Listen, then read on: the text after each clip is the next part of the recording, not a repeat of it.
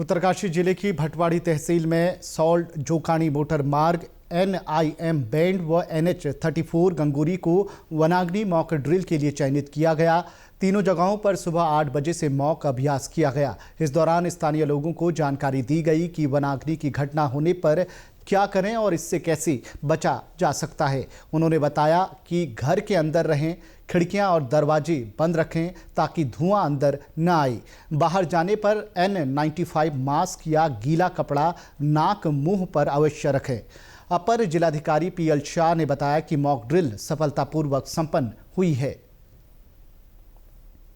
ये mock drill वनाग्नि की रोकथाम के लिए थे कि अगर कहीं पे जो है भीषण अग्नि जैसी गर्मी में लगती है फायर सीजन में, तो उसको हम कैसे कंट्रोल करेंगे। उसके लिए हम लोगों ने 3 लोकेशन हम लोगों ने तय किए थे जो उसके शासन के निर्देश के अनुसार बनाए गए थे। एक हमारा एरिया था ज्ञानसू में, दूसरा गंगोरी में था और तीसरा निम्नी था।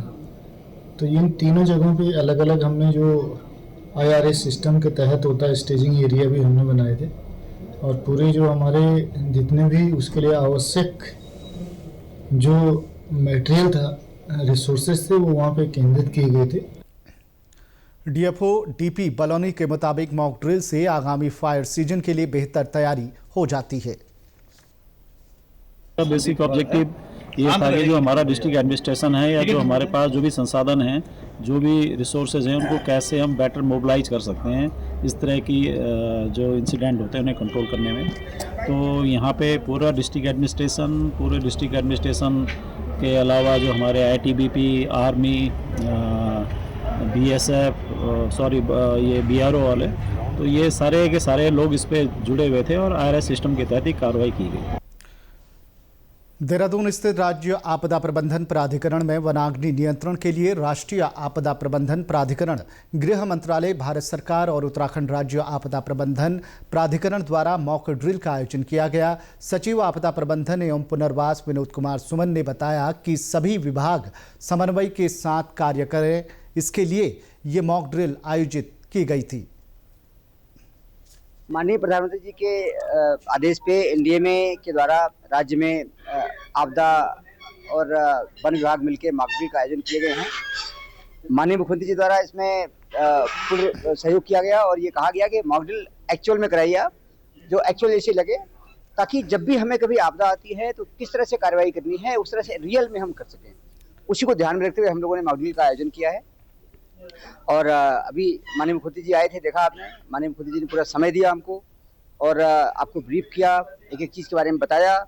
हमारा प्रयास होगा कि आपदा की स्थिति में हम जिस प्रकार से मॉक ड्रिल में काम कर रहे हैं, उसी प्रकार से वास्तव में आपदा आने पर सब विभाग मिलकर स्थानीय जन समुदाय को लेकर, मीडिया को साथ में लेकर हम आपदा का मुकाबला करेंगे और आपदा के प्रभाव को कम करने की कोशिश करेंगे।